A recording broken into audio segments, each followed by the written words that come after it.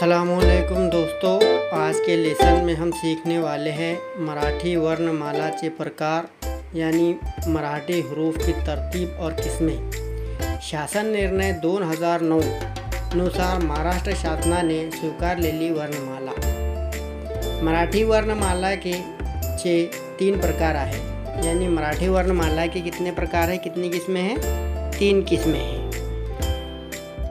Number 1 है स्वर यानी हरूफ इल्लत, नंबर 2 स्वरादि और नंबर 3 है व्यंजन। व्यंजन यानी हरूफ सही को कहते हैं। स्वर मराठीमध्ये स्वरांची संख्या एकूण 14 है, यानी मराठी भाषा में कुल मिलाकर स्वर की तादाद जो है वो 14 है। मराठी में हरूफ इल्लत की तादाद 14 है। अ, आ, ई, उ, ए,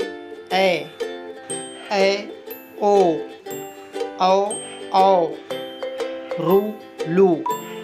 ये 14 कुल मिलाकर 14 स्वर मराठी में हैं। ज्या वर्णाचा उच्चार स्वतंत्रपणे होतो त्याला स्वर म्हणतात, यानी जिन हरूफ का तलफ़ुज़ आज़ादाना तौर पर होता है उन्हें हरूफ इल्लत कहते हैं।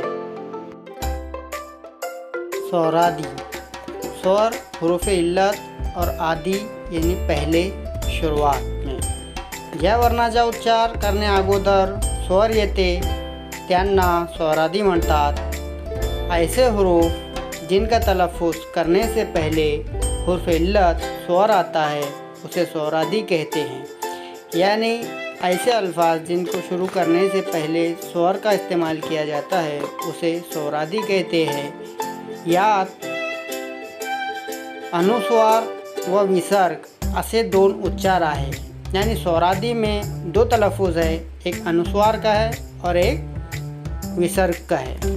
तो आज के लेसन में दोस्तों इतना ही है। इसके आगे का लेसन हम इसके बाद के वीडियो में देखेंगे, पढ़ेंगे। और अगर दोस्तों आपने अभी तक हमारे चैनल को सब्सक्राइब नहीं किया है तो सब्सक्राइब कीजिए, शेयर कीजिए और पसंद आए तो लाइक कीजिए।